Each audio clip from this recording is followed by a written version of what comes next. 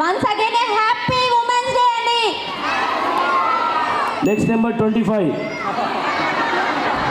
ముందుగా వేదికను అలంకరించిన పెద్దలందరికీ అండ్ వనితా విభాగ్ వారికి అండ్ ముఖ్యంగా మా బీబీజీ రాజన్న అండ్ ప్రసన్నోద్దీన్ గారికి నా హృదయపూర్వక నమస్కారాలండి.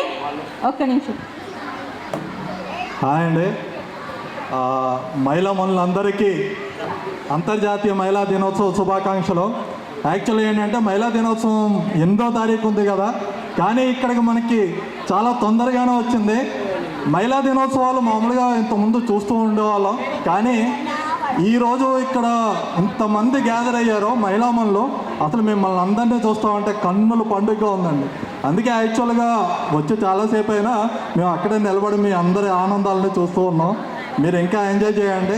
అలాగే మహిళా మనులు ప్రతి ఒక్క రంగంలోనూ ముందుకు వెళ్తున్నారు.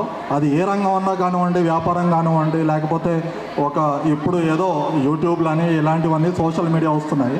బట్ అదర్వైజ్ కూడా వ్యాపార రంగంలో కూడా ఎంతో ముందుకు వెళ్తున్నారు, ఉద్యోగాల్లో వెళ్తున్నారు. ఇంకా మహిళా మనులు ఇంకా ముందుకు వెళ్ళాలని మన దేశానికే భరతమాత అని పేరు పెట్టారు. భరతమాత అంటే తల్లి, అమ్మగా పెట్టారు.